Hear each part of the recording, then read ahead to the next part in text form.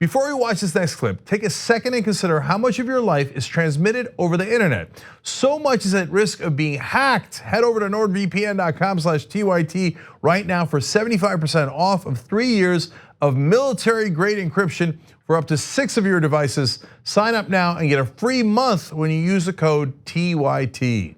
The editorial board at the Miami Herald is eviscerating Marco Rubio because of his unwillingness to call out Donald Trump's racism. Now, if you can recall, Rubio was pretty strong and aggressive against Donald Trump during the election.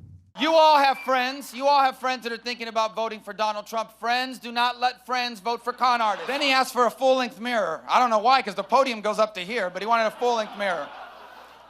Maybe to make sure his pants weren't wet. He's always calling me Little Marco. And I'll admit, the guy, he's taller than me, he's like 6'2", which is why I don't understand why his hands are the size of someone who's 5'2". Have you seen his hands? They're like this. And you know what they say about men with small hands?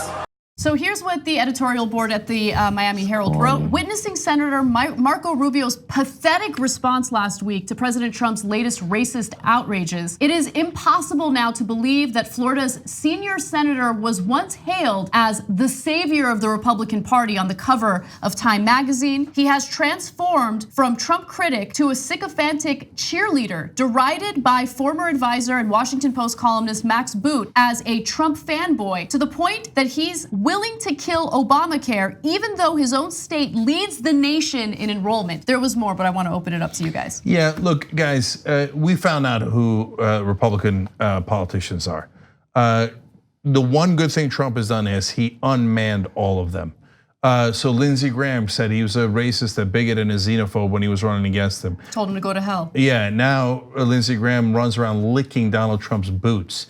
Ted Cruz, he called his wife ugly, called his dad a murderer that Trump did to Cruz. Cruz then went around begging people to vote for Donald Trump and wrote glowing praises about him in magazines. So, and Marco Rubio as well. What did I tell you? These politicians, they're not leaders.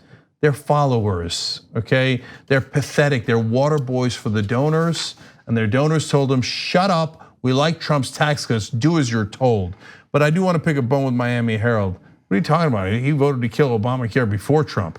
Understand, there is no Republican Party to save. The Republicans are loathsome. They picked Trump on purpose. The voters did, and the Republican politicians are more than happy to go along.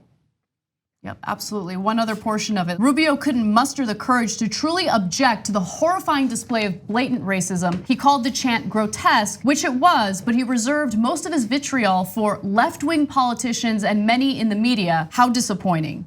I mean, we all know what it means when you say go back to where you came from, especially when you're actually American. As I was saying earlier, man, I really appreciate AOC and the whole squad, because wow, they represent people like those that I know and love, you know, and to see them get so much hatred is something that I didn't really expect, but I'm familiar with. Actually today, earlier, my foundation was kicked out of our office in Chicago by a man that the landlord had a sign in his office that said, if you speak Spanish, go back to Mexico. And he was mad about the Camp America video. So this guy today found out or expressed his grievances with the director of my nonprofit and, you know, kicked us out for that. So it's this strain of fear of the other and non-whites has always existed, obviously, but it's very emboldened right now. Yes. Yeah. Look, I used to go back to where you came from, but I grew up in Jersey, so we fought. I got it a couple of times. I didn't get it yet. And so what I like about, I'll call them the Justice Squad because they're all just Democrats, is that they fight.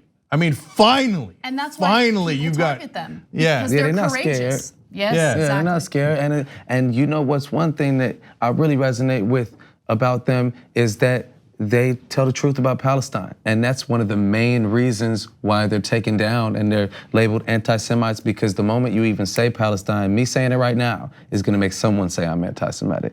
But they're telling the truth. Yeah, and they're unbowed, unafraid, exact opposite of the Republican politicians who are now all sniveling cowards licking Donald Trump's boots as we speak.